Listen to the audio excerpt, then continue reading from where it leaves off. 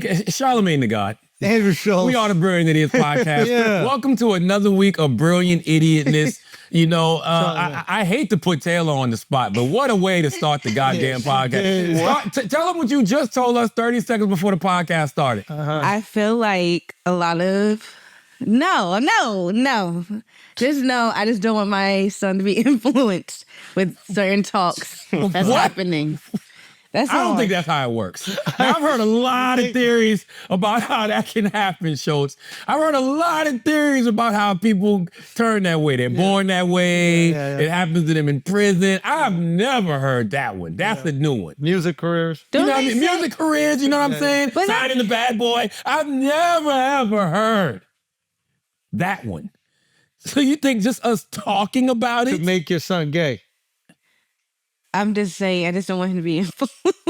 Wow. I don't even, I don't think that's how it works. I don't think it is. People, I'm just saying, like, give my son a chance. Let me ask you a question. Hold on, Taylor.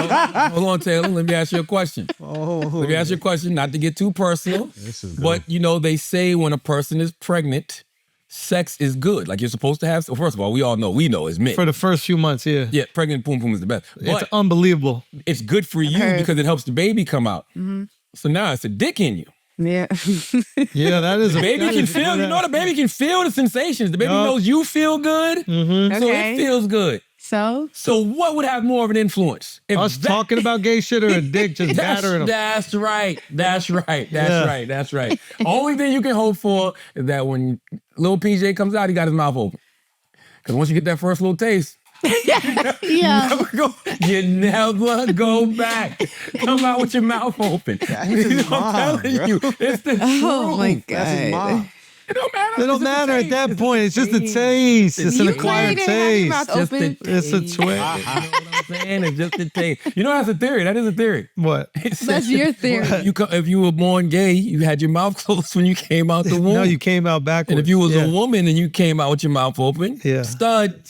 That's how it goes. 100%. Not making this up. These are just the rules, okay? You've seen the little stud babies. They try to keep the umbilical cord.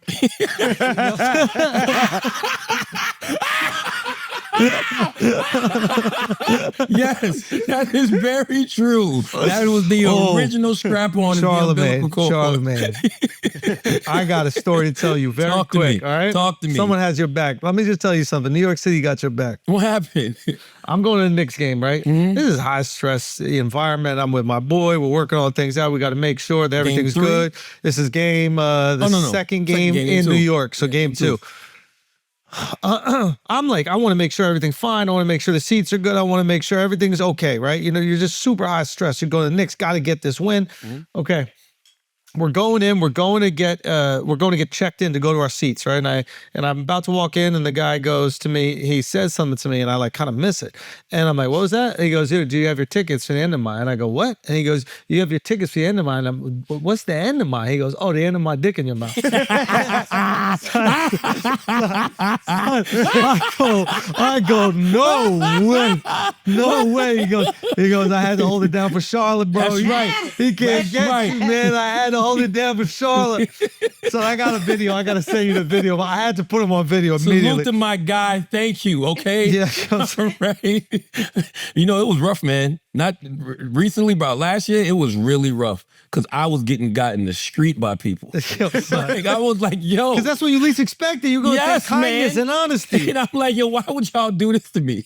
Like, let me see it. Nah, bro, I got to show you this guy, man. This shit, he cooked me. And I was at my most vulnerable, bro. You know how nervous I get about the Knicks playing, right? You know the nerves I'm feeling. Knicks in 6. Oh, well. No. 7 now. Nah, it ain't happening. Man, come on, stop. I mean, you got to believe, but I do think they'll win game 6, though. Yesterday, bro. No! I was listening yesterday, bro. No! Hold on. I was listening yesterday. Nobody has ever got this. Come on. You got to give my props to that. Hold on. That was diabolical, bro. It's only right, bro. Charla can't get it, so I He goes, Charlotte can't get it, so I got to get it for. Knicks will force a game 6, though. Nah, we got that. Yeah, they'll win in the Garden. Yeah, we got Then that. they'll go back to Indiana and get blown up. What do you think the problem is with the Knicks, man? I got a theory. Okay, go. You go. I have some. It's simple. It's like stop Can we trying get to run. Ant off of this? Let's get some Knicks representation. Stop trying to run with the Pacers. Why are you running with the Pacers? Let the Pacers run, and then when they score, you bring the ball up court and play half court. Why are you playing their game? Poor Cat out there looking like he weighed 500 pounds. He's so goddamn Nah, winded. Cat's killing it. Last night he collapsed. Nah, Cat's been balling. He was tired last night. Maybe he's tired, but he's been balling. Like, Nah, he been balling. yeah, I think Cat's been playing great. This is what I think. I know this is like hard to. This is hard to take because Brunson is just so prolific. He's obviously our best player. He's an unbelievable leader. He's clutch. He's everything. But what happens is the Pacers play 94 feet of defense. Yeah. And Brunson doesn't have breakaway speed.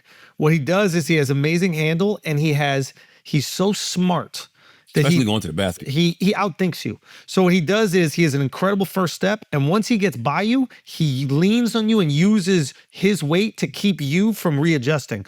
But 94 feet, if he gets by you, they're fast enough to run. So they put this guy Neesmith on him. Neesmith is big body, and he's hard. Pause. But he's hard to get by. He plays really great defense. He's hard to exploit, right? So what happens is by the time Brunson takes the ball up, there's 8 seconds left on the shot clock. That's right. They could barely set up a play. That's right. So now everybody is rushed. You can't get one up, potentially reset. So what I think they need to do is, and when Towns and Brunson are in the game together, Carlisle's a fucking great coach, and he's out-coaching Tibbs. What I think the Knicks learned in game 3 was in order for us to get back in games, we need to put defensive lineups out there. And you can't really have Towns and Brunson in the game at the same time unless it's the end of the fourth quarter. Yeah, because you need points. You need, no, they both score, but you need defense. Yeah, I'm saying you need, at the end of the fourth, you usually need points because they're usually down. So then let Brunson go one-on-one at the end of the fourth. But earlier in the game, if you're down 10, 12, 14 points, you got to put defensive lineups in that can get stops. And the Knicks have guys that can score. Absolutely. Bridges can score, okay? Like OG can score. Cat can score. So I think you got to flip-flop Cat and I think you got to flip. Cats, they can score, but they're not shot creators. Cat's the only other shot creator. Well, no, I think Bridges is a shot creator. He can create a shot for but himself. He goes baseline, turns around, hits He the does that face. little shot. Shoot, But he dude can off the bench. What's the only name with the braids? Deuce? McBride? Yeah, That's Deuce. He can create his own He shot. can listen. The Knicks have guys that can score. That's the thing. But what happens is they all become a little dependent on Brunson because he's so prolific at getting his shot off. But if he's getting his shot off at the expense of the other guys getting involved, you can't rely on him for every bucket for 2 straight quarters. I agree. So if you're down 14 points, let Brunson rest, knowing that you're going to bring him back in. 8 minutes left, 5 minutes left in the fourth, and he's going to carry you. Tibbs don't give a fuck about rest, boy. No, he Tibbs doesn't. play them motherfuckers But he needs death. to care about strategy because Carlisle figured out how to limit Brunson. Brunson's still going to give you 40. There's no question. He's playing out of his mind. But the 40 might come at the cost of the other guys getting involved. Think about when we were down 20 or whatever, and then we came back in game 3. I'm pretty sure Brunson was on the bench at certain times. Cat Right? was out there playing like a fucking big man going downhill, driving to the hoop. Yo, Cat is the best big man shooter in history. You guys know this, right? He's better than Dirk. Nah. No. Statistically speaking, he is he better than the Jokic? best big man shooter in the history of the game. I think I remember that stat from a year. I didn't know it was career-wise. I'm letting him shoot. I know he's not going to play crazy D. I'm okay. You just can't have Brunson and Cat as defensive liabilities because what they're doing is they just run a pick and roll on Brunson and then he's exposed down low guarding a big and there's nothing that he I can love do. when Cat plays like a big man, though. When he played like When a he big just man in game bulldog, 3, oh my God, that's what brought him back. And here's my thing about the NBA. Why do people just settle for 3-pointers? You know one way that Indiana's been exploiting New York? Knicks don't be having no interior defense sometimes. So Pacers just go down there and get Pascal layups, Siakam. dunks, quick shoot, little right there mid-range shots. Why do they just settle for Feels 3? too easy. If it literally feels too easy for them to score, and every bucket we're scoring is painfully Hard. difficult. Yeah, Yes, it's painfully hard. difficult. And Yes. that's what I'm saying. It's like if Neesmith is in the game and he's on Brunson, I'm totally fine resting Brunson for a little bit. And if they switch Neesmith out, put him back in and let him exploit whoever's on him. Like, Carlisle is smart. He realized that Josh Hart really can't create off his own shot. Nah. So you put Halliburton on him, and now their defensive liability, which is Halliburton, now that's completely negated. So Tibbs just got to start coaching different. And right now he's basically just going, hey, Brunson, can you just score 50 every night and take us to the finals? And that's not how you win in the playoffs. Yeah. You need to make those adjustments. Now we're going to be subject to the lowest rated NBA finals ever. Knicks got it in 7. Knicks got it. Knicks know that we could beat them. We know. We came back from. Any of this. I do. I know we could beat them. You believe in New York. You I believe in the New York. Knicks. I believe you in New believe York. in the Garden. I do. But you don't believe in your heart that they gonna come. By the way, if they did, it would be fantastic. It would be I don't great. think there would be a better story in basketball over the last 20 years. Oh my God! Like not even like the Knicks winning a championship would be incredible. Who's got a better chance coming back 3-1, Minnesota or the Knicks? The Knicks. The Knicks. Definitely the Because the Knicks. games have been close. Definitely the Knicks. Yeah, that's right? And they've been very competitive games, and Indiana's closing out well, and Tibbs got to make some different coaching decisions. Like, I don't want to blame Brunson up because he's playing out of his mind. He's our fucking superstar. But if the other team does something to limit Brunson, like if you even notice in the last game, they started letting other guys bring the ball up, and it's because it's a grind on Brunson to bring it up 90. Then they bring in McConnell, then they bring in And they throw bodies at him. and Nembhard, they just throw bodies at A him. lot of fatigue, man. Exactly. Like the Knicks be fatigued as fuck. And then like, you're talking about somebody like Cat. You know Cat can shoot the ball, but can you when you 7 feet tall, 250, and you tired as fuck? Fourth quarter. Fourth quarter, you trying, but you heaving Also, shit. Turner's been a lot better than I anticipated. Oh, Turner's a beast. This is the first time where I'm like, all right, this guy's like... No, Miles is playing out of his mind. Here's the reality of the situation. These guys have always played like that. Nobody watches the fucking Indiana Pacers except for Caitlin Clark and everybody in Indiana. Yeah. Miller. No, you're right. We don't see the Pacers. The Yeah. Pacers have literally been probably a top 3 team in the NBA since February. If I'm Tibbs, I'm putting up big defensive lineups. Obviously, you start with your 5. You put big defensive lineups in, and then just make them earn tough buckets. Make the Pacers earn tough buckets. And if you can stretch out that lead, leave them in. And play There's no half-court pressure. basketball. Stop running with the Pacers. When it's appropriate, I agree with you right there. Like, you stop running with them. The only time the Pacers should be getting fast breaks is when the Knicks miss and they get a rebound and they take out the court. Or it's a turnover and they take off the court. Just running back and forth. That shit is, I'm like, Knicks, y'all not that kind of team. Yeah. Poor Cat literally looks 500 pounds. Yeah, it's you just look at how easy that play is. They just run this easy pick and roll up top on Brunson. He can't get over it and he interior can't get defense. under it. And it's just Carlisle's smart. He found a way to exploit our best player. He found a way to punish us for having our best player on the floor. That's a smart coach right there. Yeah. And I like Jalen, though. he's unbelievable. He's the best player that we've had in our lifetime. He's a superstar. Come on. Why? I've been hearing people, the best player in the Knicks? Yeah. Who? Bernard King? My lifetime, bro. You think Jalen's better than Patrick Ewing? Yeah. Really? Without a doubt. Yeah. God damn. Yeah. Like what he does is like majestic. The question is, he's going to have to do it every single play for the last 2 quarters if we're putting these teams out there. You think Jalen Brunson is better than Carmelo Anthony? Yeah. Yeah. Come on, guys. You think he's better than the prime Amari Stoudemire? Well, did Amari or Carmelo take us to the Eastern Conference Finals? Knicks take it, Amari. Not prime. Yes, Melo took the Melo. Not Eastern Conference Finals. Eastern semifinals. Yeah.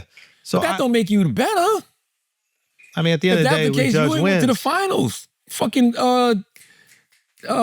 not Clyde Frazier. Stark? Willis Reed won a championship. Yeah, but I'm talking about my lifetime. I'm not saying back then.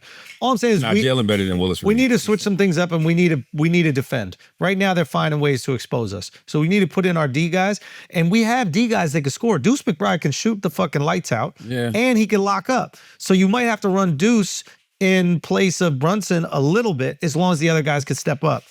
And I think you flip-flop Towns and Brunson. Thank you so much. Yeah. I think you flip-flop Towns and Brunson at times. Yeah. Because I think it's too much of a defensive liability when they're both in the game. Cat's going to be a little bit slow on switching, and I love Cat, and he's playing out of his mind. But defensively, they're going to score 2. And he's going to be very slow in the second half after you done fucking played him fucking 40 minutes. Yeah, Tibbs going to take a knee. Do you guys see the Brunson lookalike competition? Nah. Let's see that. The Asian guy got robbed. I just want to say that. I mean, Brunson does look a little bit like a see statue if you outside can of a find that P.F. picture. Chang's. He does have that look to him a little bit. Jalen Brunson. Jalen Brunson. Play the Kendrick Perkins clip. Taylor, I want to see what Schulz thinks about this.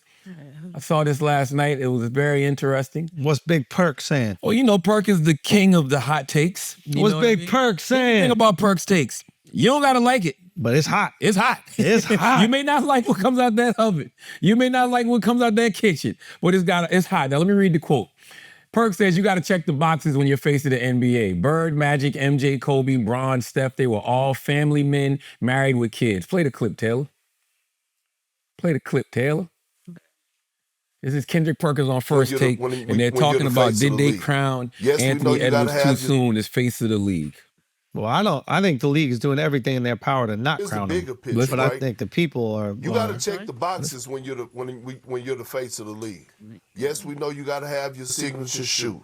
You're going to be in commercials. You're going to have the highlights. You got to have the game. But you know what else you got to have? You got to be a role model, right? And things outside the lines matter.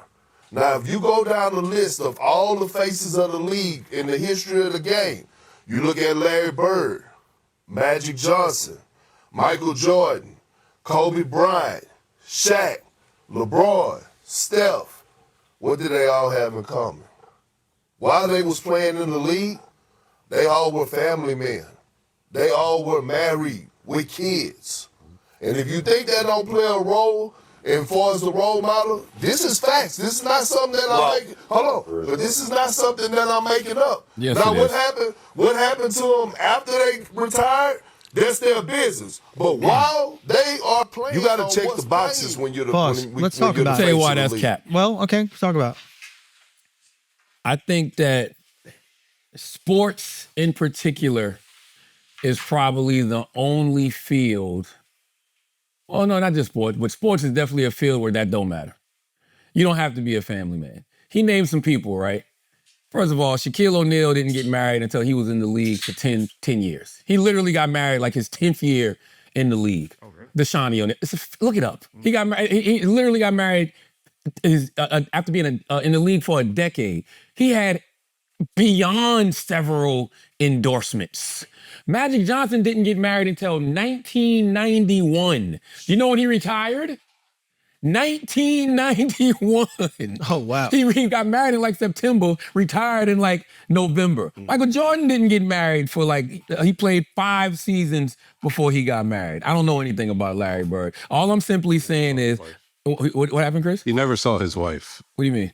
With Bird, there was no sense of him being like a family guy or. Oh yeah, I didn't know. Does he even have kids? I think he has a daughter. Yeah, I never knew that. So my point is, I think that sports is probably the only industry where nobody gives a fuck if you have a family or not. Nobody cares about how many kids you got. Can you go out there and hoop? If Anthony Edwards had scored 40 points and they won the game and tied the series, they wouldn't even be having that conversation. I think that you make a fantastic point. It's not a necessity. I agree.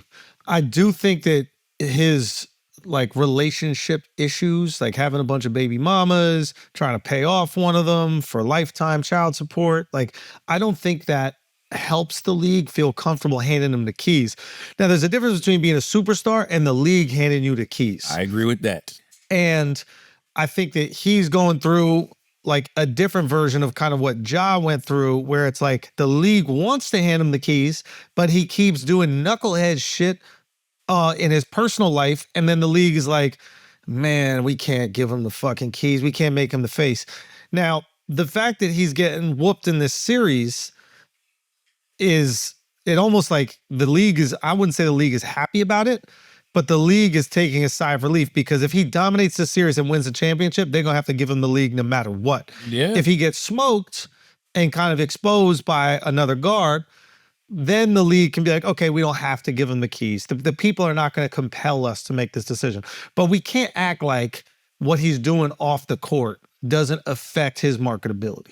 I mean, it's hard to say that when he's still got hella endorsement deals, when all of these commercials are still playing during games, when his sneaker, the AE1 with Adidas, not Nike or some big basketball shoe, he got a signature shoe with Adidas and it's selling crazy. No, there's no question he's going to sell. He's a superstar. I mean, I love that his game is unbelievable. If there's one person playing right now that I wish I could play just like them, it's Ant.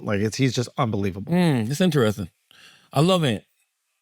But you can watch him and Shy on the court, and Shy is light years ahead of Ant as a ball player. He is. Ant's more exciting because Ant dunks. If Shy dunked and put his nuts in people's face the way Ant does, man, we might be having a discussion about the first person out of the country being the face of the league. Yeah, I think that like that's the difference. Is like Shai is just an unbelievable player, but I think that the game isn't as enticing to the average basketball fan, because if you're not shooting threes from the logo, we want to putting your nuts in people's face. Exactly.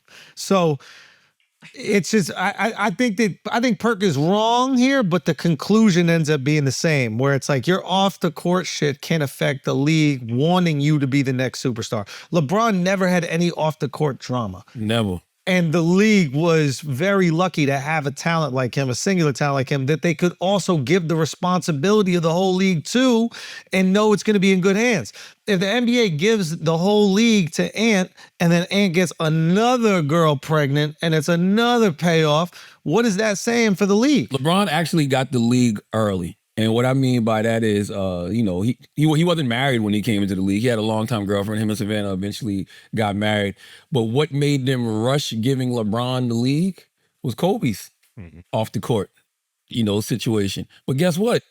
Kobe was still the face of the NBA, whether the NBA wanted him to be or not. Every player, it's right, including Shai and all of them, say, that's my influence. That's my GOAT. Kobe was my GOAT. Kobe went to the finals 3 times. No. At the end of the day, allegation. It's meritocracy. The best player wins no matter what the fuck the off-court shit is going on, right? We know that. The people know that. Like, the league did not want to give Allen Iverson the keys. Oh, my God. But the people made the league give him the keys.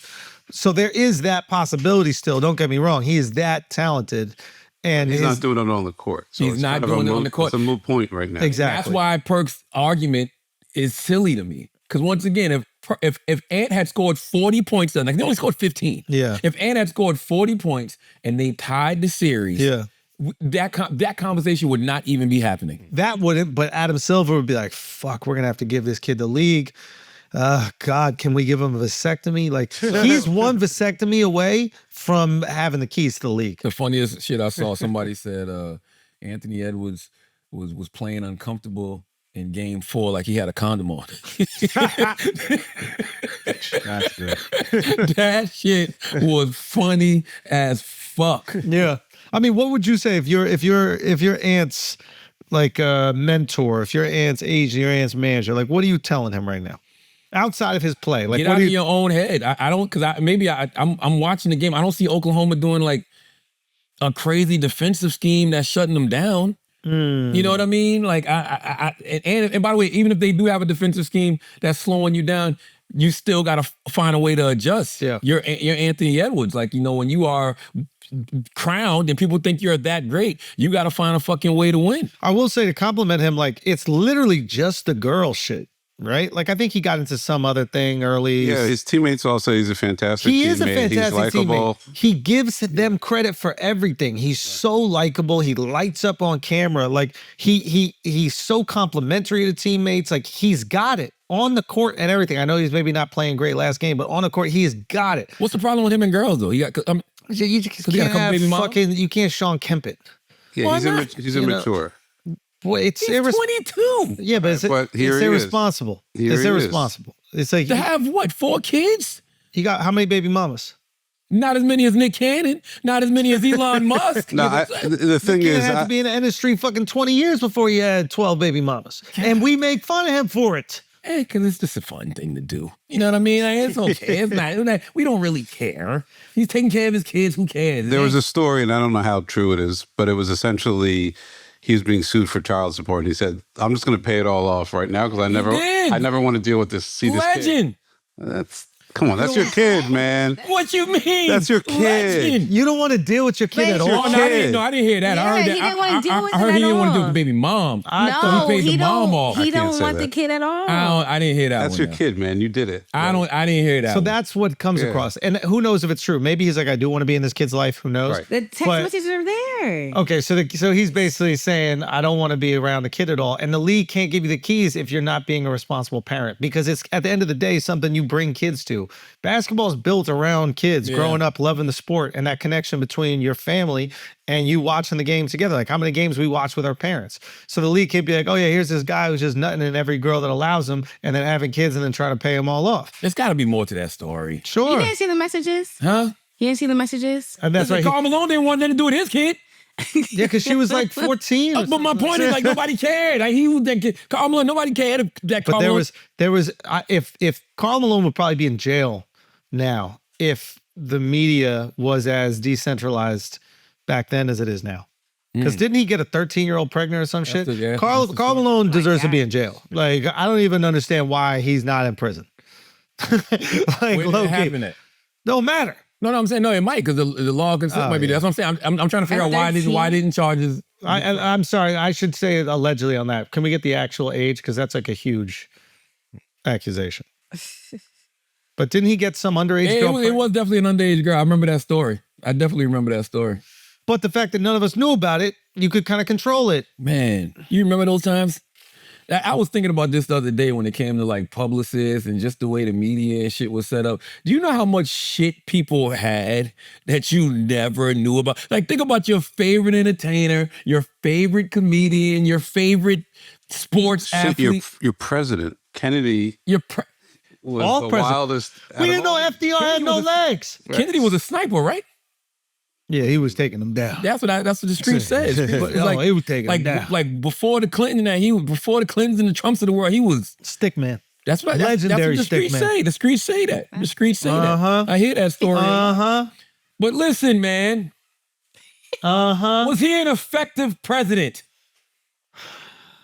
Well, I don't know, really. People got Are they supposed to be vices. role models though, in a sense? No. Charles Barkley, Nike did this is where the hypocrisy comes into play. Nike did a whole campaign with Charles Barkley about not being a role model. And that was- That's how you know That was fantastic. that shit don't matter. That was fantastic. All we care about is can you hoop?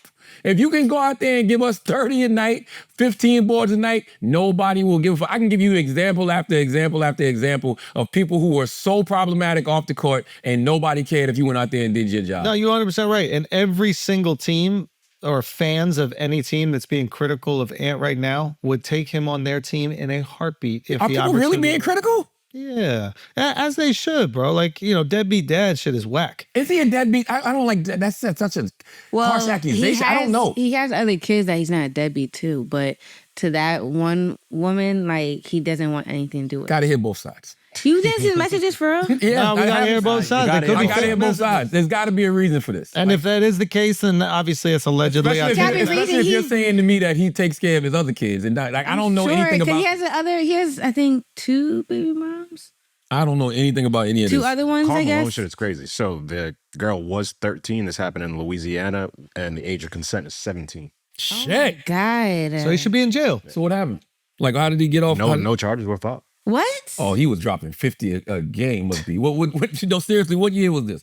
If no charges were filed, I guarantee he was a star athlete when all of this shit was happening. Yeah. 'Cause he went to college in Louisiana. Didn't he play for No, Xavier? he was 20 when yeah, he was at. Tech.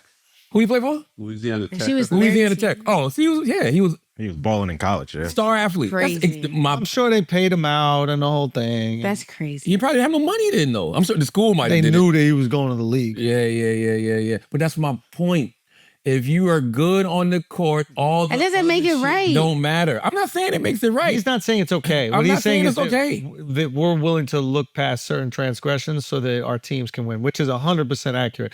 The NBA might not be willing to do that, but The NBA is definitely. The NBA has a limit. The NBA don't go as far as the NFL. The NFL, I think that you can get one body. you could kill. You could kill. Depending on the circumstances, Yeah. you can get one body and still be on the football field. Yeah, if you're not guilty, you're good. Yeah, I don't think you can do that in the NBA. And The NFL really believes in innocence until proven guilty. man, They do. Like, man. and even when you've been proven guilty, they're still like, CTE. yeah. You know what I'm saying? CTE. Because money matters, that's all. Nah, You're right. absolutely right. Money You're does 100% matter. right. And people, it's sad, man. When it comes to sports, people get over things very quickly. Like when it comes to sports, people get over things very quickly. And you have some very powerful people who have your back in sports. Like they're like, look, we invested too much into this guy. Yo, think about homie that played, did he play for the Hornets? Yeah. You know what I'm talking about? What's his name? I can't remember his Who? name right now. Oh, he played for the Hornets. He had some wild shit a couple of years ago. What was his The name? forward. I know who you're talking Hold on, let me pull it up. Hold on. Let me pull it up, man. So I'm reading, Ed has 4 kids with 4 baby moms, and there's another paternity test on the way. Damn. So is that the one he's not That's what he's probably No, waiting on. you're- You wait till the results of the test come back. No, it's a different one, right? You're talking about Miles Bridges. Miles Bridges.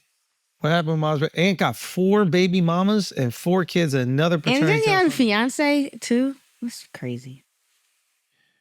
Yeah, yeah. What are we talking about here? Like you could be critical of that. Like, come on, this is What? unbelievably irresponsible. What happened? Yeah, it is. 4 different baby mamas, Still not as much as Elon Musk. Shut up, man. and we criticize him. Elon Musk's not Don't even we? married. I don't think so. People don't really criticize. Nobody cares. He's not even married though. If you or know when they nothing. care, to Taylor's point. I'll be honest, I think it's corny. You know when the I think it's corny I of know you know when people care when you're not taking care of your kids. And the perception is because Elon's got money, he's taking care of the kids. But Yes. like, there's different versions of take care. Yes. Take care is being there. Yes, yes. If you paid off a person's child support for a year for life, Nah, you got to be present, bro. no, you do have to be present. But I didn't hear that he wasn't present. I heard that he paid off the child support and because he didn't want to deal with the baby mama. I didn't hear he wasn't present. I don't know.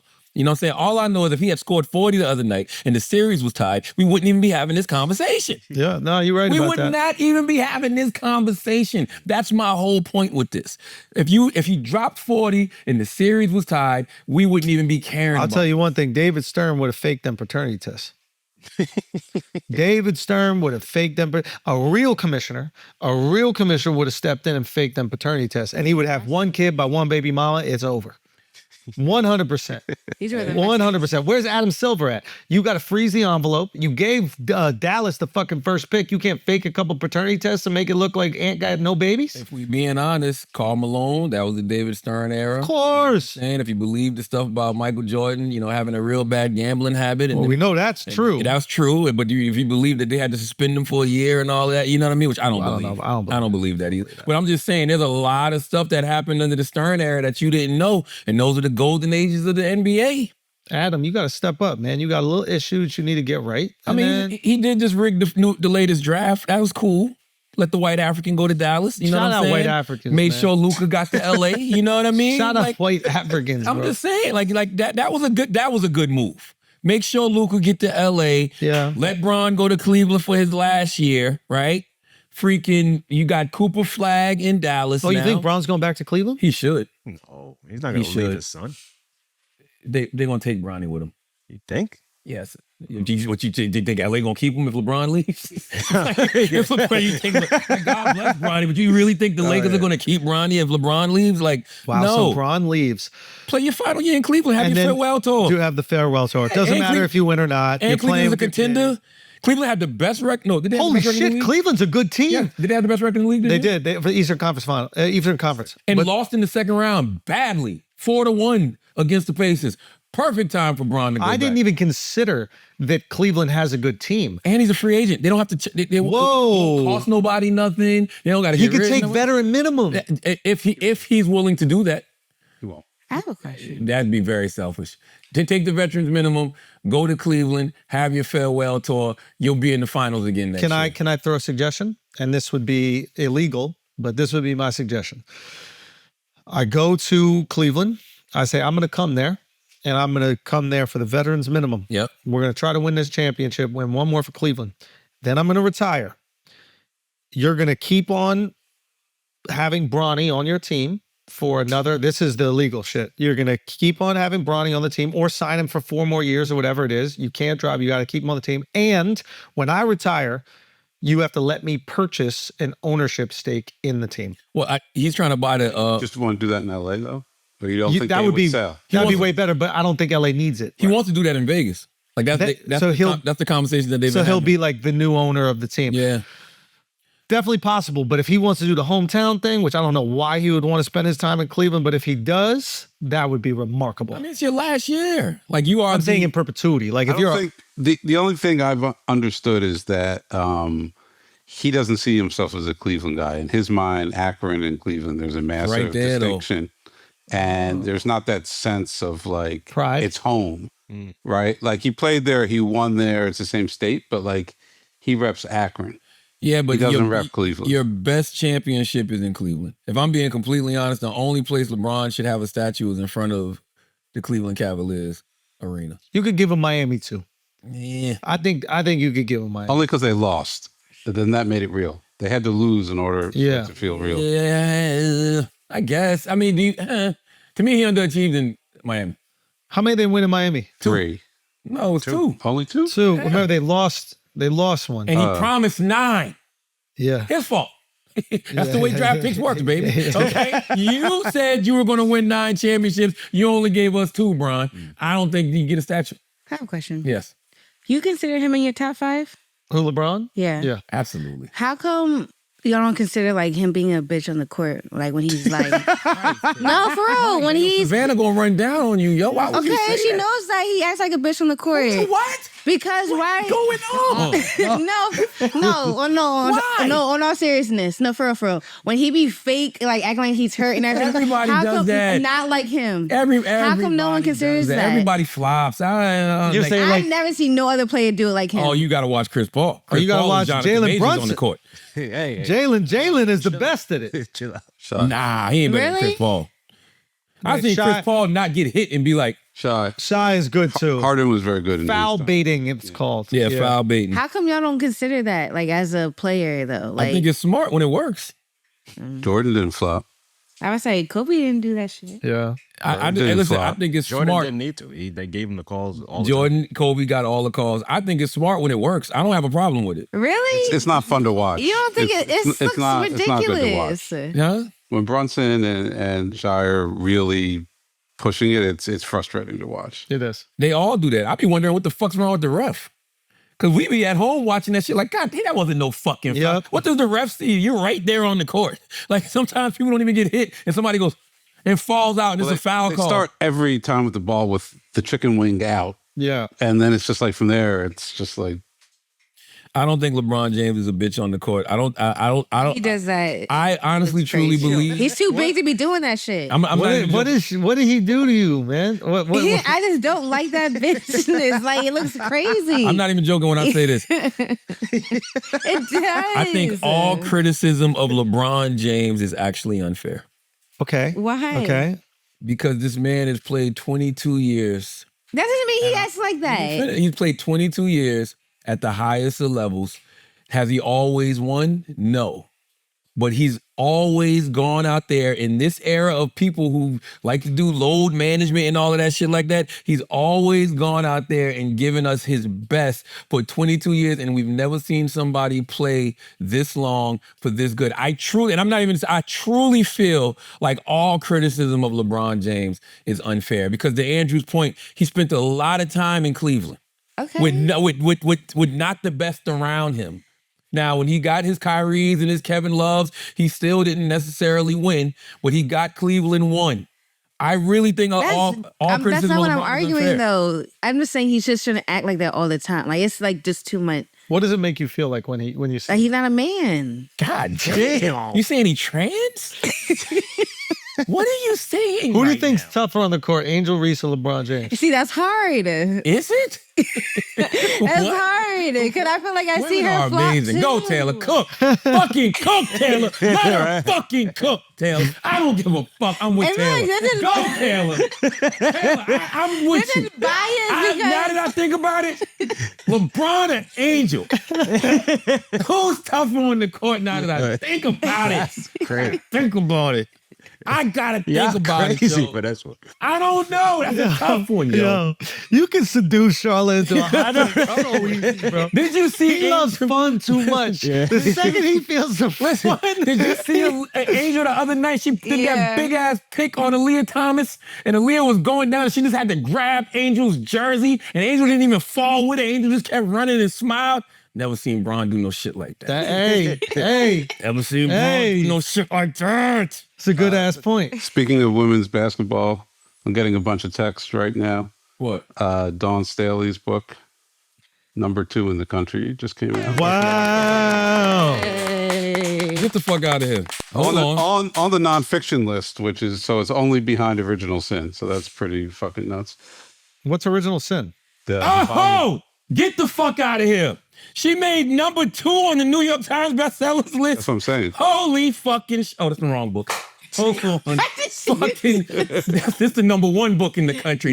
This straight ass book that pisses me off that we'll talk about in a second. Shout out to Don Staley, Uncommon Favor, #2 book in the country on the New York Times bestsellers list, baby. Let's motherfucking go. Black Privilege Publishing, Simon & Schuster. Salute to Don, man. Oh, that's incredible. #2 on the nonfiction list. Wow. Why are you not wearing your sweatshirt? I'm gonna wear it tomorrow on the radio. Wow. They want you on that 5. I don't know. Yeah, I got to get on there to say congratulations. God damn it. Wow. Fucking incredible. Incredible, man. Let's pay some bills and come back and talk about this #1 book in the country. Let's do it. Original Sin, which I've read. Let's pay some bills. Salute the Cash App, man. God damn it, Cash App. I'm going to be honest with you. I wish y'all didn't exist. I mean... Listen, no, let me explain. I'm happy y'all exist, but boy, people get comfy asking for money. Oh my fucking God, man. Jesus Christ. You can't even say I don't have it on me anymore. Cash App, y'all have made life hard, but easy at the same time. Okay? Making money move should be easy, and that's why there's Cash App. It's fast, safe, and honestly just way more personalized than other apps out there. No extra hoops to jump through, no extra stress. All of the tools are right there to help you cash in. Plus, sending money with Cash App actually feels safe. They look out for you. If something seems sketchy or they see you might be sending money to a potential scammer, they'll warn you and make you think twice before you hit send. It's like having a personal bodyguard for your cash. You can even spice up your payments with custom text, stamps, and backgrounds, because why should paying your friend for brunch be so boring? If for whatever reason you don't already have Cash App, just download it from your phone's app store, sign up, enter our code idiots in your profile, send $5 to a friend, and you'll get $10 just for getting started. For a limited time only, new Cash App users can use our exclusive code to earn some additional cash. For real, there's no catch. Just download Cash App and sign up. Use our exclusive referral code idiots in your profile. Send $5 to a friend within 14 days and you'll get $10 dropped right into your account. Terms apply. That's money. That's Cash App. What else we got, Taylor Gang? Guys, this episode has also been brought to you by Kickoff, man. Let's be real. When your credit isn't perfect, it can feel like the system is stacked against you. Even if you're responsible with money, bad credit can keep you from moving forward, getting a car, renting an apartment, buying a house. You need credit for these things, and that's where Kickoff comes in. Kickoff gives you the smartest tools to build a real credit fast. Sign up without a credit card, and Kickoff's monthly plans start targeting key credit factors in the background, which can mean real results before you know it. I'm telling you, it's an absolutely fantastic way to start building up that credit, which again is crucial as you're an adult, and we have a system built on credit and is used to verify you as trustworthy to pay these payments down. So users with credit under 600 grew an average of 84 points in the first year. With transparent, affordable plans starting at just $5 a month, no hidden fees, and zero interest, Kickoff helps you score big when it comes to credit. It's simple. You make on-time payments, credit bureau sees good behavior, and your credit can grow fast, okay? I'm telling you right now, Kickoff is a credit line that's just for credit building, not everyday spending. So start building credit with Kickoff today, and you can get your first month for as little as $1. That's 80% off the normal price when you go to Get Kickoff. That is KIKOFF.com/idiots. Okay, that is Get Kickoff, GETKIKOFF.com/idiots. All right, it's Kickoff without the C. Okay. Must sign up via getkickoff.com/idiots to activate the offer. The offer applies to new Kickoff customers first month only, subject to approval. Offer subject to change. Average first year credit score impact of 84 points. Vantage score 3.0 between January 2023 and January 2024 for Kickoff credit account users who started with a score below 600, who paid on time, and who had no delinquencies or collections added to their credit profile during the period. Late payments may negatively impact your credit score. Individual results may vary. Now let's get back to the show. Man, let's do some church announcements. Donald Trump has commuted Larry Hoover's sentence. Donald Trump shortened the infamous former gang leader sentence after years of advocates pressing for his release. Donald Trump has commuted the sentence of Larry Hoover, the infamous former gang leader from Chicago. However, the co-founder of Chicago Gangster Disciples has been serving multiple life sentences since the 70s. He has multiple state and federal convictions, including for murder and founding a criminal enterprise. He has made repeated requests to shorten his sentence, including under the First Step Act, a criminal justice reform bill passed during Trump's first term. I wonder, so that don't mean he comes. Does he have a chance of coming home? What does a commuted sentence mean? Man, he gave Michael Grimm a full pardon too, Chris. Who? Michael Grimm. Who's that? Remember Michael Grimm? He was the former Republican congressman from New York, and he pled guilty in like 2014 to federal tax fraud charges. Vaguely. Jesus Christ, man. Wow. Let's do it. What's your church announcements, Hezzy? Life, Netflix. And that's it right now. Life on Netflix, man. My church announcements are simple. Salute to Don motherfucking Staley. Uncommon Favor, Basketball, North Philly, My Mother, and the life lessons I learned from all three. This book came out last Tuesday. It is an instant New York Times bestseller. We just got the word. You heard it live on the podcast. Oh. It is the #2 book in the country behind Original Sin. I threw Original Sin on the floor. Original Sin is a fantastic read, but I'm really pissed off at Original Sin for a lot of different reasons, but not really the book. I'm more pissed off at what's inside of the book. And I'm actually even more pissed off because if we would have put this book out a week earlier, Don Staley would have the #1 book in the country. But you know what? God is good.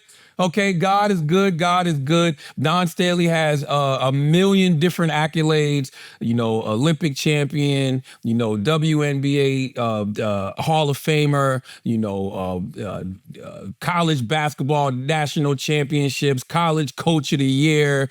It's too many accolades to name. And now she is a New York Times bestseller. #2 book in the country behind Jake Tapper, Original Sin. Shout out to Black Privilege Publishing. Shout out to everybody at Atria. Shout out to everybody at Simon & Schuster. Thank you to everybody who went out there and purchased that book. So make sure you go and get that right now.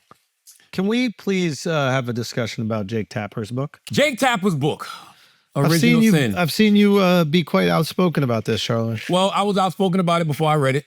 In typical Brilliant Idiots fashion. Okay. But what I said still stands. There's not nearly enough accountability from Jake Tapper in regards to the media's role in the cover-up of President Biden's decline. Because that's what the book is about. The book is about President Biden's decline, his cover-up, and his disastrous choice to run again. This, first of all, it's a great read. I'm not even gonna sit here and act like it's not a great read. It's the #1 book in the country. And it's #1 for a reason, because it is a great read, right? But all it did was give details to everything that we already knew. There is nothing in this book that over the course of the campaign, or even before the campaign, that a motherfucker like me didn't say. I said in 2023, Biden should drop out. Just out of curiosity, Charlamagne, when you said that about Biden, did you receive any sort of scrutiny? Oh my God. Oh, you did? Smoked me. Oh man. What did they call you? It was on MSNBC saying I was a Russian, I was spreading Russian propaganda. And I'm like, why? Because I got eyes? And you know what's even more fucked up about this book? In the book, it talks about, and I forgot what the percentage is, but I think it was like over 60% of Americans thought Biden was too old.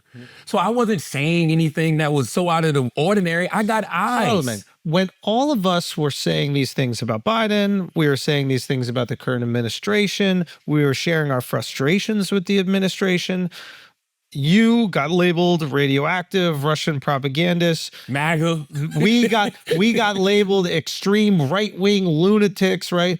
Now, all of a sudden, you've seen many of the liberal media pundits start to echo the same sentiments that we were saying for 4 years that we got criticized for. Now, we can't go, I told you so, because it's good that they're getting to this point. No, we can definitely say that. All right, let me say this better. The mature version of this is to not sit here and go, I told you, and go, well, it's good that you're here because now we can make the party a better place and you understand what people, well, we're not mature. We're not mature. So we got to have some conversations. No, we're not. Listen, the back of this book says, where's the apology to us, yo?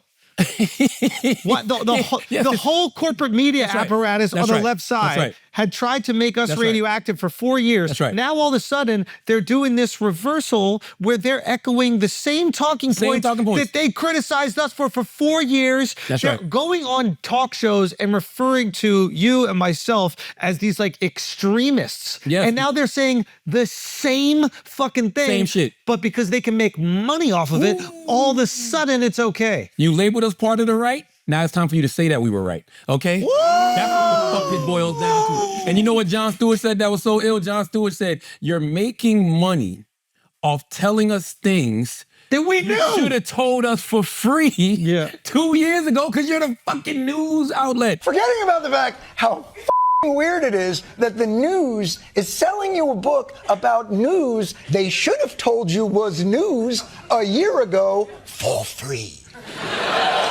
I got mad respect for Jake Tapper. You know what I'm saying? This ain't an indictment of Jake Tapper. All I'm simply saying is there is not enough accountability being had by the media. And you know what? I don't want to hear Biden lied to us all. You know why? Or the Biden administration lied to us all. That's not a good enough excuse. You know why that's not a good enough excuse? Because you got eyes.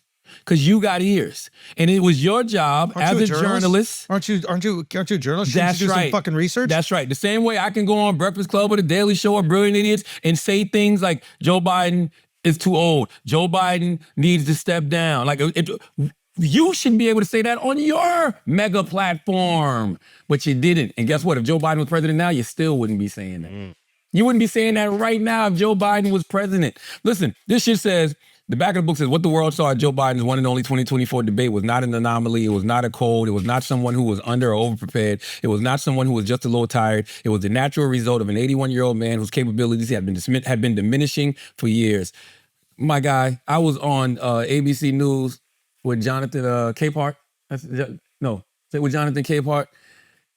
I said verbatim, February of 2024, Joe Biden should not debate Donald Trump. He will get washed by Donald Trump in the debate. I said that everywhere I went, but I said it on a huge platform like ABC. And I said, because even though Trump's 3 years younger than Biden, he just comes off more youthful. And he got them motherfucking jokes and them zingers. He's gonna run circles around Biden. It took for y'all to actually put him out there. And you know what they say throughout this book when they talk about the debate? Why did they ever put him out there? Who was around him that didn't see he wasn't capable of going out there? We not at the White House every day, Schulz. We're not even in the press conferences at the White House as journalists. We're watching on television. So who was really president? That's what I want to know. Well, but that's the good news in the book. And who's the committee? A lot of people, the lobbyists. They call them the Politburo. Yeah, yeah. What was the name of it they had? The Politburo, they called it? Politburo. It's like should there be some sort of punitive measures? No. Well, let me just get it all out. Okay. Should there be some sort of punitive measure, bare minimum accountability, but punitive measures, and then some sort of legislation put in place to stop this from happening again? We had a situation where someone that was holding the most important position in the world did not have all their faculties with them. Yeah. And the people around them hid it from the American people. This is democracy. This is not a dictatorship, right? Hid it from the American people and were potentially, allegedly, making decisions on behalf of that person. People we did not elect. People that were not democratically elected were making decisions for Biden and then giving him the responsibility of those decisions. To me, there needs to be some sort of punitive measures taken so that the next time something like this does present itself, they will be concerned about making those decisions because of the punitive measures. I wonder about that, though, because isn't your team supposed to help you govern? Help you, not do it for you and hide the fact that you're not capable of it. Yeah. And that's what it appears has happened. Yes. So, I mean, look, I'm not, I've read about half of the book. I think I have a pretty good sense of what it's about and what's going on.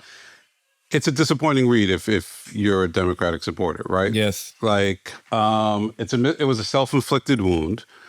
They did it to themselves. It is true that his inner circle absolutely managed him and tried to put him in situations where he would seem most effective and present and vigorous, and shielded him from situations where we would have a better sense of really what he was going through. But I will say this, in the end, it played out like the way it was supposed to play out in a democracy. It should have played out earlier. And I think that's the fault. Because at the end, there's a line in the book, so I don't know if you remember it, but after the debate, there's a woman who's like, God, they couldn't have found a fucking positive COVID test. Positive COVID test, yeah. And not put him out there, right? I think it was Jen O'Malley Dillon. Maybe. Yeah, I said that. But they put him out there. And America had the right reaction, which was this guy...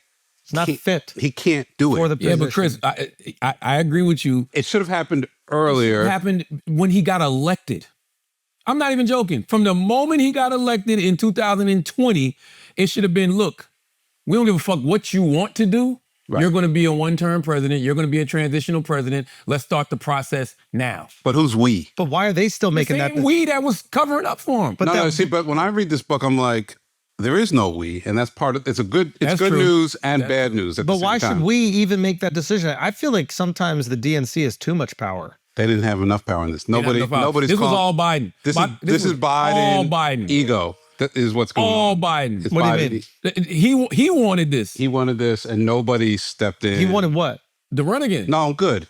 I'm fine. Yeah. I'm good. Yeah. Right. There was no secret backroom cabal of Obama and Nancy Pelosi and all these people. That's right. The problem was they respected him too much. So the dynamics as it's laid out in the book, and of course the book's ultimately through Jake Tapper's lens, but let's run with it. Yeah. So now we have to believe Jake. Well, it's not just Jake. Let's not put on Jake. After he did cover for Biden for 4 years, now we're supposed to believe him. But are you still doing cover? There's a lot to criticize. He's not covering for Biden at all. Now, Biden announced prostate cancer. Then fucking step on this. I'm telling you right now. Of sure, he's not covering for Biden, but is he covering for whoever was protecting Biden? My point is he's nobody gets covered. He's trashing them. Trashing whom? Everybody. The Politburo? What's it called? The Politburo, which is like a play on a Soviet kind of leadership. This is the narrative in the book. All I'm saying is, why do we trust you now? No, it's a fair question, which is why I'm saying... Lie to me once, why would you not lie to me again? Very fair question. So why is this information true? It seems to me that now that Biden is of no use to the Democratic Party, that it'd be very easy to discard him and blame everything on him. I'm gonna be honest with you. That's what they have to do, shows. And I'm pretty sure I've said this here on Brilliant Idiots before. Any Democrat moving forward, you have to throw Biden under the bus. Like, that's your first order of business. Like, you literally have to throw Biden under the bus, that whole old regime of the Democratic Party, everybody that was involved in that cover-up, that has to be your first order of business before we even pay you any attention. Everybody's talking about the people around him, but it's like, he's your boss at the end of the day. And even if you think he's not capable, if he's telling you, hey, I'm capable, I don't want you to say anything, why are people upset at the people around him for listening? How do we know that's true? To me, Biden's a company man. Like, to me, he was a lifelong politician. He knows the game. He waited his term. He got his slot. Mm-hmm. I can tell you how that's true. So it's like, I think he's down to do whatever they tell him to do. That Politburo lied to him throughout the book. Like, they didn't tell him the real poll numbers. They didn't. They weren't telling him the real poll numbers. They were telling him that he could win. They were saying, oh, you're just outside of the margins. This is the typical, margin of... Is that treason? No, it's lying. Is it? See, the president of the United States of America. There's not a black and white lying situation in the book. Yes, it is, Chris. Like people like Nancy Pelosi were literally saying, "What polls are y'all feeding him?" According to the book, there were Democrats around saying, "What polls are y'all showing him?" I've heard that he thinks he can win. I've heard this outside the book. And my sources will remain secret, anonymous or whatever. But I've heard that the people around him were just lying to him. It's in the book. Now, what advantage do they have by lying to the president? Sucking dick, glazing. No. Top tier glazing. Grade A glazing. Staying in power. They stay in power. Yeah. Oh, 100%. That is what concerns me. Their need, their thirst, their desire to stay in power. They propped up someone who is essentially puppeteered. To me, maybe it's not treason, but there's a form of corruption right there. When you are lying to the person that we democratically elect so that you can maintain in this position of power, That goes against the democratic process because you guys know that you're making these decisions. And now to just blame everything on Biden when he's fed false information from this Politburo, whatever the fuck you want to, they need accountability. We don't even know who these motherfuckers are. Did you get to the point in the book, Chris, where Chuck Schumer went to his house? Yes. This is what really turned the tide. When Chuck Schumer went to his house, one-on-one, and just told him the fucking truth. Oh, so now showed him the poll numbers. Chuck's a hero. well, So look, you gotta- conveniently, all these people that run the Democratic Party are heroes. Chris, so you know how you know Chuck Schumer fed them that information? Because there's a line after Chuck Schumer leaves his house where he said, Biden put his hands on Chuck's shoulders and said, you've got some of the biggest balls of anybody I've ever met. Get the fuck out.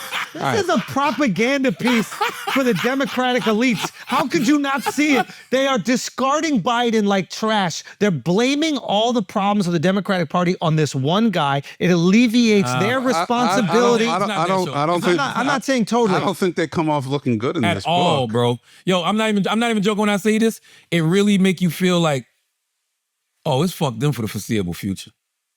I'm not even joking. I don't think that they can continue with the current elites that are in power. I don't think with Pelosi. They got to go. They've lost the people. They got to go. Trump pardoned NBA YoungBoy. It's over. I'm not even joking. Wait, right now? Yes. I thought you pardoned Larry Hoover. He did. And NBA YoungBoy. Oh, it's done for Democrats. It's done for Democrats. It's done for Democrats. Hold on. YoungBoy is free. He's not just free. He's free. NBA YoungBoy. NBA YoungBoy gonna be on an arena tour. Yo. Democrats. NBA YoungBoy is gonna be on an arena tour this summer. I just told Chris this. These are culture wars. Yeah, and they don't. The Democrats just don't know how to play culture. They have and you want to no know why they don't know? idea. Because they're not in the culture. They're in Ivy League institutions. They're on the Upper East Side of New York. They're handing out at fancy dinners. They're patting themselves on the back on golf courses. They are not in with the regular people. Now, you could say the same thing about Trump. You could say on paper the exact same thing about Trump and the Republicans, but then why do they keep doing this? Because they are in culture. Because even if I'm This is what you guys want. You want fucking partying. Yo, you know what? The point, Some Chris. people do, Chris. No. Chris is missing the point again. We're talking about strategy here. Yeah. All of the shit that Donald Trump is doing. Remember what I told you a while ago? You can rob the country blind as long as you just do a little something that makes people feel like you still in tune with what they got going on. Put out the big, beautiful bill. The culture should hold out for a slightly higher buyout than fucking bill came out yesterday. YoungBoy and Larry Hoover. Come on, man. Watch it. Elon Musk. The big, beautiful bill. The big, beautiful Yes, bill. big and beautiful. Wait for it. Yeah. That gets your friends rich. Yeah. And it allegedly, I think it is. It's just going to bloat the government even more. People are going to ride this shit till the wheels fall off. Elon Musk criticized it. So, I was like disappointed to see the massive spending bill, frankly, which increases the budget deficit, not just decrease it, and undermines the work that the Doge team is doing. I actually thought that when this big, beautiful bill came along. I mean, like, everything he's done on Doge gets wiped out in the first year. I think a bill can be big or it can be beautiful, but I don't know if it can be both. My personal opinion. Elon Musk criticizes it, but you know what? No tax on overtime, no tax on tips. Anybody who got an overtime job or anybody got a job that they're making money on tips is like, that bill looks big and beautiful to me. Listen. They know how to play the game, bro. Schulz, you're right, but let me add another piece to that. Please. Who runs social media? Seriously, who runs social media? Say it. Chinese or something? No. Who runs the culture of social media? Black Say Twitter. It. Who? Black Twitter. Okay, so if I put out this big, beautiful bill that's getting all of this critique, Elon Musk, supposed to be your guy, comes out and says, yo, you're stepping on what Doge has done because this bill isn't going to do nothing but fucking put more money on the motherfucking deficit. All right, I know what to do to change the temperature. Let's pardon Larry Hoover. Let's pardon NBA YoungBoy. That's going to get all the computers puting. It's going to wash all of this other shit out of the motherfucking ecosystem. Now, because nobody gets the computers puting like Black Twitter. I'm sorry, that's just the way it is. It's not my fault. Now, Well, can Black Twitter raise its prices then? Because goddamn, man, like You want tariffs? You want Black Tariff? Twitter? Tariffs? No. What do you mean raise prices? You mean you want other people to be, you want if you're gonna distract by elevating somebody, make it somebody who deserves to be elevated. elevated. Got it. Chris, I'm with you. So- I'm not cheering. Charlotte, what would you on. say? What would you say to somebody who goes, "Wow, that's what the Trump administration thinks of black people, that all you got to do is give them these little tidbits and then they'll look away from It's this not even just bill." black people. Trump understands the art of distraction. That should be his next book, The Art of Distraction. You're 100 Nobody understands the art of distraction like Donald Trump. You're 100% right.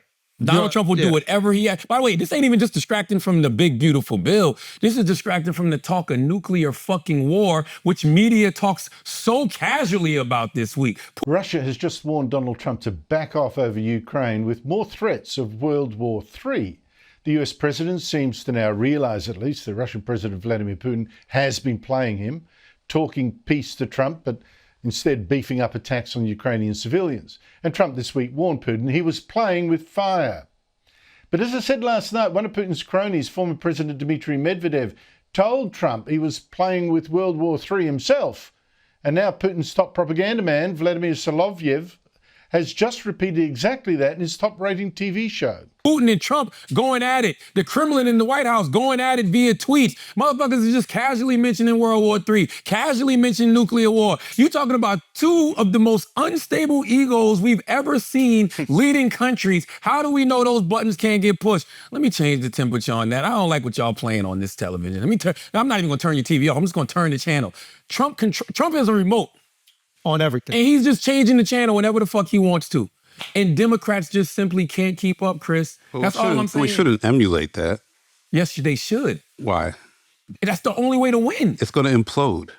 Not if you do it right. There's no right way to do it. There's a version to do it for the things that Democrats are interested in. Yes. But they need to be able to reckon with themselves. Like the party needs to understand how they're perceived.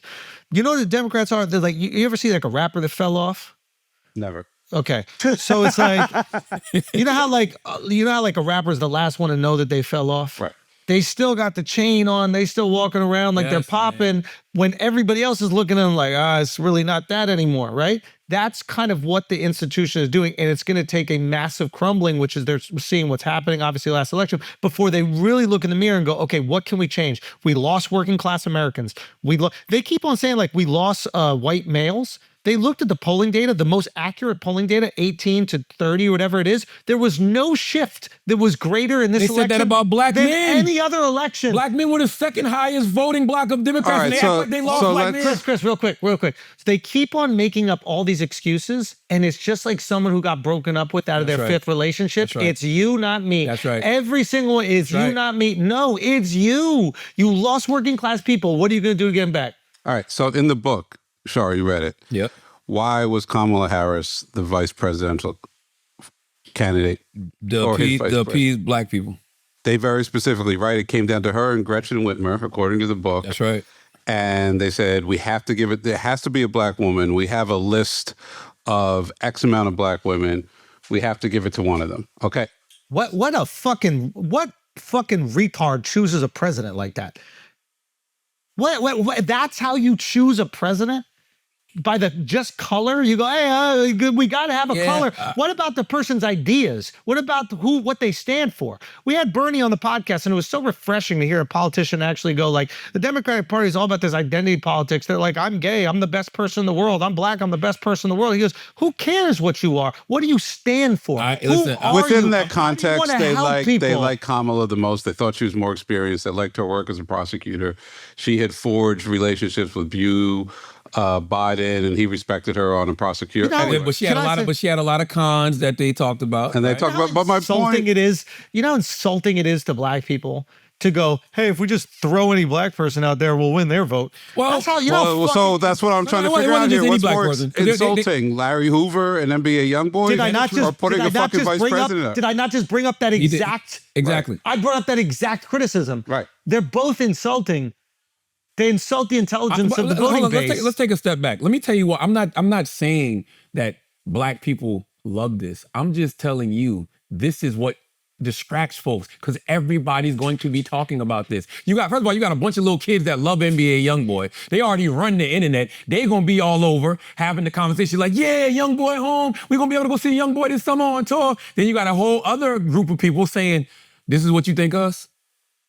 The algorithm don't know the difference, but I know what they not going to be talking about. That Big, beautiful bill. I know what they not going to be talking about. What's going on in Nuclear Russia. war. Nuclear war. That's my whole point with all of this. You're right. That's it. That's no, it. I know you're not saying that that's what black people like. What you're saying is that it's an easy distracting tool and perception's reality. And if the internet is on fire with a thing, it feels like that's all everyone cares about. When in reality, people might not, but it can distract from the negativity of these other things. And it's like, but I'm telling you, man, if the Democrats want to come back to prominence, the party that we all grew up with, the party that we were all proud to support, the party that we like really felt proud identifying as, there was a real sense of pride with it. It was like, fuck yeah, I'm a Democrat. Nah, they gotta get rid of everything, Sean. They gotta get rid of everything. They gotta blow it up. You know the other thing they talk about in that book, Chris, and I'm sure you saw it, is when they talk about how in Biden's mind, because he's an old man, in Biden's mind, results were enough. He couldn't adjust to the culture war. He couldn't adjust to going out there and saying something that's going to go viral. He didn't understand the messaging of it all. He just literally thought the results were enough. He would get mad at people. What was the phone call where he was yelling at, damn, I forgot who he was yelling at, but he was yelling at them saying, go out there and tell them what I'm doing. Go out there and tell them how we're doing this and how we're doing that. I think it was something with NATO. It was something with foreign policy or something like that. Summit. Yeah. Is there a blue collar working class Democrat that's part of like the traditional establishment? Gretchen Whitmer would be the closest. Gretchen Whitmer. But she's Josh part of, Shapiro. Is Josh Shapiro blue collar working class? I think so. I think when you're in those states like Pennsylvania, you don't think so? No, Why? he's just not. It's not his background. No. I mean, he represents those people. Yeah. I mean, like Pete Buttigieg, you would say, I don't know his upbringing, but like at the end of the day, he did go to Harvard and he was working as a consultant at like, what is it called? McKinley? McKinsey. So it's just like, there is a like establishment. There is a establishment Democrat. The working class, the blue collar folks seem to be part of the Bernie sphere, the AOCs, if you will, right? But the traditional Democrat are just kind of a bunch of Republicans pretending to be Democrats. That's really really what, let's just call it what it is. A bunch of Republicans taking all the same money Republicans take. Yes. Spending all the same money that Republicans spend, going to the same institutions that Republicans go to, legacy Nepo babies, the same exact thing that they criticize with the Republicans. And the only difference is they go, oh, but here are my pronouns. You're capping. You're capping, and the people see through the cap. Chris, you know that's true. What's true? It's Chris. Wow. That was a very big blanket statement. Is there elements of that are true? Absolutely. Majority of it is true, Chris. They see through the cap. That's why Bernie and AOC got 30,000 people showing up in fucking Arizona, and nobody else in the party can come close. All right. So how about this as an exercise? Simple as that, bro. Of the characters in the book, you have Chuck Schumer. Yes. You have Barack Obama. Yes. You have Nancy Pelosi. Yes. You have Hakeem Jeffries. All you're doing is naming everybody that can go. Okay, that's what I was going to ask. The only one I would keep in that whole equation is President Obama. You know why? Because President Obama knows the truth, and President Obama is willing to speak the truth. He was just going with his guy because his guy had been his guy for a long time. But remember, in 2016, he told Biden don't run. He told him in 2016 not to run. I don't even think he really wanted him to run in 2020, according to the book. Honestly, there's never been a time where he's really wanted. So my impression reading the book is Biden should be the eldest statesman of the Democratic Party. I mean, Obama should be the eldest statesman of the Democratic Party. That's as old as it should get. But it feels like he's not in. He doesn't want it. It feels like he's 1 foot in, 1 foot out. The Clintons, they got their fucking fangs in that party, and they did not, even when Bill got out, it was like, we are involved and I want more, and Hillary's gonna get some, and we are not leaving. It feels like Obama did his time and now he's like, I want to go live my life. But you know Bill's motto though. Keep sucking till it's over. There it is. There you go. There you know who looks good in the book? Who? Ari Emanuel. Oh yeah. But not to a certain, yes, no, you're right, because he was publicly He was the saying first shit. one Nah, who made a scene. It was like, what the right. fuck is going on here? You're right. No, I'm gonna tell you who really looks good in the book. Clooney? Dean Phillips. Dean was before all of them. That's true. And you know why Dean Phillips. Dean was a congressman who stepped out there and was like, yo, Biden should not run. He's too old. And he challenged him. And that was the other thing that Biden kept saying in the book. Nobody's challenging me. If I was doing a bad job, there'd be some like real contenders challenging me. Nobody's challenging you because the DNC wouldn't let no fucking body challenge you. Because they'll primary somebody against you. And then they kicked Dean out. Well, Dean resigned. He resigned. But at first they was like, no, we don't want you to resign. And then they was like, okay, yeah, we want you to resign. This shit is, you know what this shit really made me realize, Does Chris? shit feel like a democracy to you? No. But see, that's what I thought. And Our way to highway. That's what it feels like, right? But No, it would have not been a democracy if they had come up with a reason for him not to debate, if they had come up with a reason for him not to campaign. And I'm not saying that instinct wasn't there. Yo, that kid David Hogg or whatever like that. Love him. Aren't they trying to kick him out of vice chair? Right now, they trying to. So he comes out and he is at the Parkland kid. Yeah, he's making criticisms of he wants to primary everybody who's not fighting. Guess who else said that?